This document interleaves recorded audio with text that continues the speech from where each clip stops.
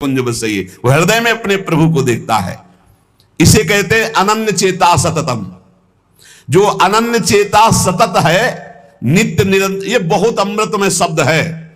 यही बचपन में गुरु जी ने बैठा दिया था, बलिहारी गुरु आपने जो गोविंद दियो बताए, यही बता दिया था कि बच्चा हर श्वास हर क्षण नाम जप, हर क्षण मंत्र चिंतन, खाली न रहे, यही साधना है। तो नया जीवन था, पता में और कुछ था नहीं, जो गुरुदेव ने बताया बस उसी पे चल पड़े। वही जब बड़े बड़े महापुरुषों से सुना शास्त्रों में तो लगा बलिहारी प्रभु ने प्रारंभ में ही बता दिया गुरु रूप धर करके। नित्य चिंतन में रहने वाला भगत ये अनुभव कर लेता है कि नित्य प्राप्त भगवान की नवीन प्राप्ति। ध्यान से सुनो, जो निरंतर भजन करता है नित्य प्राप्त भगवान की नवीन अनुभूति, नवीन अनुभूति। जब हृदय में चिंतन चलता है तो फिर बाहर से भगवान चले जाएं या आ जाएं कोई फर्क नहीं पड़ता। ये बहुत, जैसे बिलोमंगल जी ने श्री भगवान के लिए अपनी आंखों को शांत कर लिया, अब नहीं देखने देंगे संसार को, और चल पड़े वृंदावन के लिए। तो जो पूर्वाभ्यासी जिनके नेत्र नहीं होते वो तो चल सकते, लेकिन तत्काल जो नेत्र फोड़े थे तो मार्ग में चले तो एक लठिया ले ली थी, अभ्यास ना होने के कारण मार्ग से हट करके एक कुआं था, उस कुएं में गिर गए। अब जिसका कोई नहीं है उसके तो नंदनंदन है, पुकारा हे देव हे कृष्ण अब आप ही मेरे हो।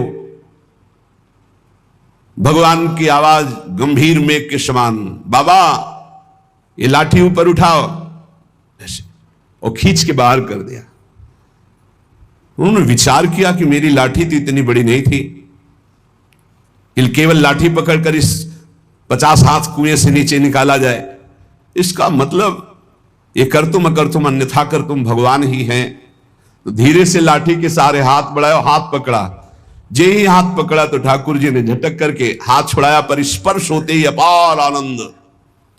तब वो कहते हाथ छुड़ाए जात हो निबल जान के मोही, हृदय ते जब जाओगे तो सबल सराहू तोय।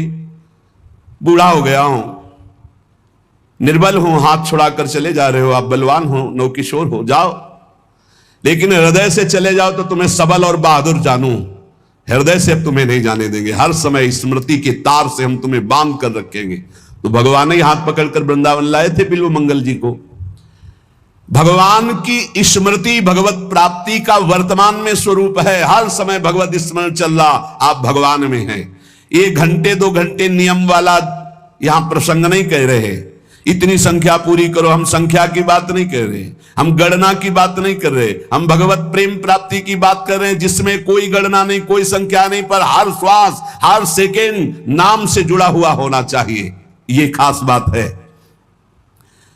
आरंभिक साधकों के लिए ठीक है, हृदय में आराध्य देव की ऐसी झांकी प्रकट होती है कि क्षण भर के लिए कभी विस्मरण नहीं हो सकता। ऐसी स्थिति में वो सो रहा होता है तो भजन होता है। छाती में अगर कान पवित्र हो तो लगा के छाती देखो, आपको सुनाई देगा नाम चल रहा है। ये एक गूंज सी उठती है।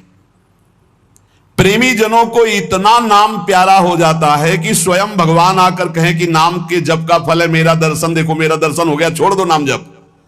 तो भक्त कहेगा कि महाराज दंडवत आप चले जाओ, मैं आपका नाम नहीं छोड़ सकता। ऐसा नाम प्रेमी पूज्य भाई जी महाराज कह रहे हैं। और इतना प्रिय नाम होता है कि अगर वही नाम निरंतर जप रहा दूसरा कोई बोल दे तो दौड़ पड़ेगा उसकी चरण धूलि लेने के लिए। ओ इसने राधा बोला, ये तो परम पावन, उसकी चरण धूलि माथे पे लगा दे के।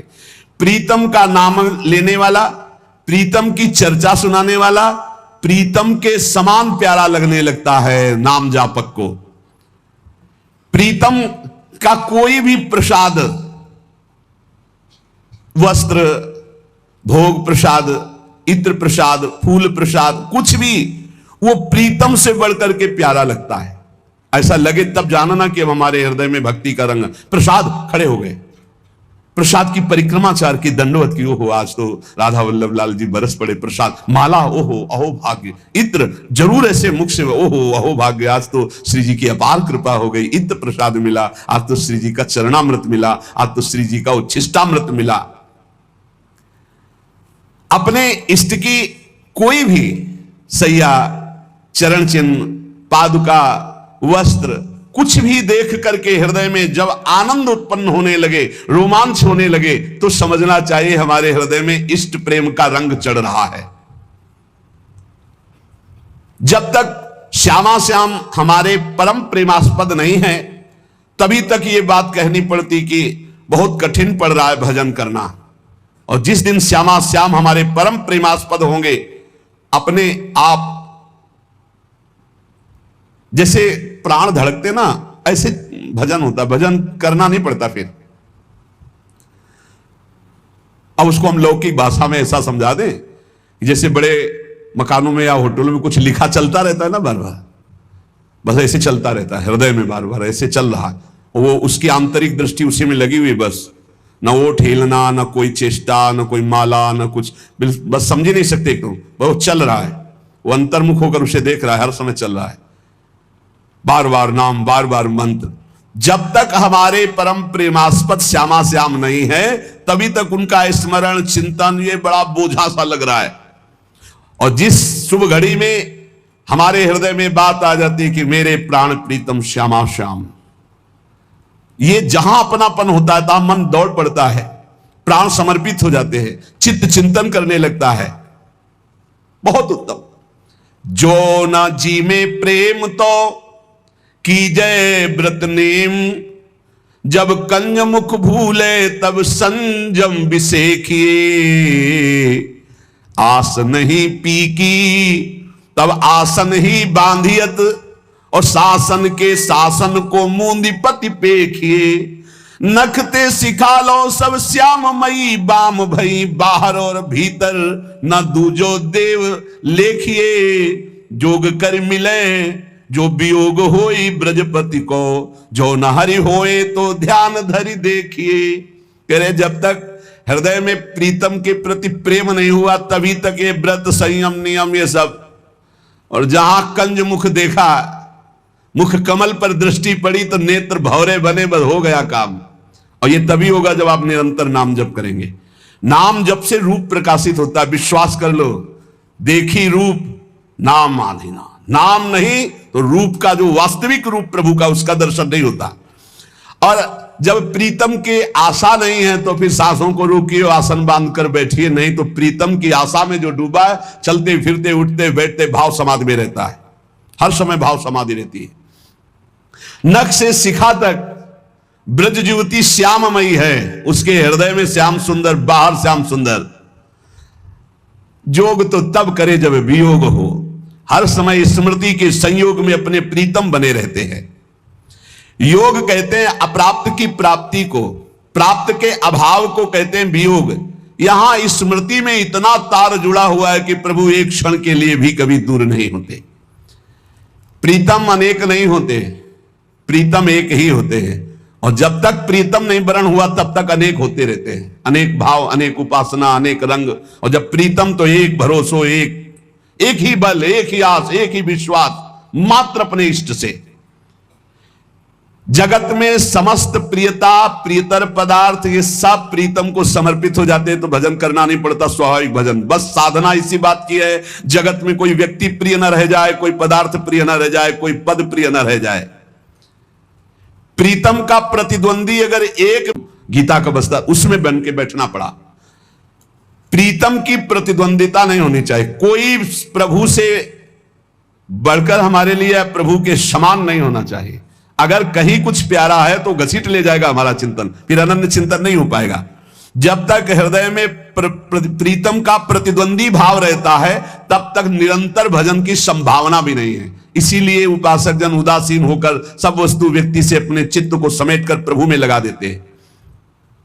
देवर्षि नारद जी इसीलिए इस भजन, इस प्रेम की उपासना का उदाहरण देते हैं, यथा ब्रज गोपिका नाम। सब कार्य परिवार के करते हुए चित्तवृत्ति प्रभु श्री कृष्ण में, किसी से भी प्यार नहीं, न पुत्र से, न परिवार से, न क्रिया से, लेकिन क्रियाएं सब हो रही, पुत्र परिवार भी है। ये बड़ा आश्चर्यमय स्थिति, और किसी से अपनापन नहीं, एकमात्र प्रभु श्री कृष्ण से। जिसके हृदय में प्राण प्रीतम प्रभु के लिए एकमात्र अपनापन रह जाता है, उसे सरग न चाहें अपबरग न चाहें, सुनो भुक्ति मुक्ति दो सो विरक्ति उरे आने हम। न स्वर्ग की चाह न नरक का भय, न मोक्ष की चाह न भोग की चाह, एक ब्रज चंद कृपा मंद मुस्कान ही में लोक परलोक को आनंद जी जाने हम। बस इष्ट मुस्कुरा दिए, यही जीवन का परम लाभ। इसलिए प्रीतम छवि नयनन बसे, पर छवि कहां समाए, भरी सराय रहीम लकी आप पथिक फिर जाए। प्रेमी के लिए प्यारे की प्रत्येक वस्तु प्यारी होती है, अपनी कोई प्यारी वस्तु व्यक्ति स्थान नहीं रह जाता है। यह परीक्षा हो सकती है जीवन में, आता है मोड़। जब आप प्रेम मार्ग में आगे बढ़ेंगे तो हमारी कोई प्रिय वस्तु व्यक्ति स्थान नहीं है, इसकी परीक्षा होगी। तन प्राण तन संबंधी भोग सामग्री, तन संबंधी रिश्ते नाते, एक तरफ ये है एक तरफ प्रभु हैं। अब परीक्षा होगी आपको, गुरु प्यारे हैं, प्रभु प्यारे हैं, या ये प्यारे हैं। तुम्हारा तन, तुम्हारे तन संबंधी, तुम्हारे तन संबंधी भोग सामग्री, एक तरफ प्रभु एक तरफ कौन प्यारा है। पक्ष आ गया गुरुदेव, पक्ष आ गया इष्ट देव, जीत गए। पक्ष आ गया संसार, हार गए, फिसल गए। प्रेमी के लिए प्यारे की प्रत्येक वस्तु प्यारी होती है, अपने लिए कोई वस्तु, अपने लिए तन आदि, अपने लिए कोई भी संबंध आदि, उसके कोई प्यारे नहीं होते। कहीं कहीं तो प्रेमियों ने बढ़ करके बात दिखा दी, वो सबके बस की बात नहीं। जैसे मोहरत ध्वज से आरा चलवा दिया, तुम्हारा तन, तुम्हारा प्राण, तुम्हारा पुत्र, सब कुछ मेरे लिए, चलो चलाओ आरा। पुत्र के जरा इस बात पर विचार करके देखो तो हम सब जितने के जितने हैं, सब जीरो पे आ जाएंगे, नंबर ही नहीं मिलेगा। इस प्रश्न के उत्तर में नंबर ही नहीं मिलेगा। और बात तभी बनती है, उच्च कोटि का समर्पण तभी होता है जब अत्यंत प्रिय तन और प्राणों का भी समर्पण हो जाए। आपके लिए मैं प्राण समर्पित करता हूं। पंच प्यारे की जो स्थापना गुरु गोविंद देव सिंह जी ने की थी, वो यही की थी। बोले मुझे तुम्हारा रक्त चाहिए, बूंदो बूंद नहीं, हम गर्दन उड़ाएंगे, फिर हम तुम्हें विजय दिलाएंगे। खड़ा हो सभा में कोई। काफी देर में एक खड़े हुए, अंदर गए, आवाज सी आई कि मानो गला काट दिया। तो देखा लाल नाली में से रक्त जा रहा है। फिर बाहर आए वैसे रक्त रंजित तलवार। दूसरा कोई खड़ा हो, तो ऐसे 5 खड़े हुए थे अलग अलग। बस अंदर जाके 5 को निकाल के लाए और बोले ये है, इनसे अब 1 से 1.25 लाख लड़ाऊंगा, क्योंकि इन्होंने प्राणों का त्याग कर दिया गुरु के लिए। अब इनका बल विक्रम देखना। ऐसे ही हमारा प्रीतम है। हे श्री कृष्ण, आप हमारे प्राण प्यारे हो। ठीक है, हम देखेंगे प्राण प्यारे हैं या श्री कृष्ण प्राण प्यारे हैं। प्राण प्यारे हैं या श्री कृष्ण प्राण प्यारे हैं। एक बार खेल है, दांव लगा दो, प्राणों की बाजी लगा दो। बहुत महंगी चीज मिल रही, प्राण बहुत सस्ते हैं। प्राण तो भोगों में भी दे दिए हैं। प्राण दिए ये प्रेम न पइये, ऐसो महंगो आए सकीरी। दौड़ पड़ो, ले प्राण प्रभु प्राण प्यारे मुझे मिल जाओ। लेकिन सच्ची जितने अपने सत्संग सुन रहे, ईमानदारी से पूछो, अगर मुहूर्त ध्वज जैसी परीक्षा ले तो अपने सब प्रणाम करके कि प्रभु अभी तो नहीं, कुछ दिन पढ़ाई और पढ़ेंगे, फिर आप परीक्षा लोगे तो भले प्रश्न। कोई बहुत ही वियोगी हो तो प्राण देने के लिए तैयार हो जाएगा, कि प्रभु के जो वियोग में तड़प रहा है उसके लिए तो फिर कुछ नहीं है।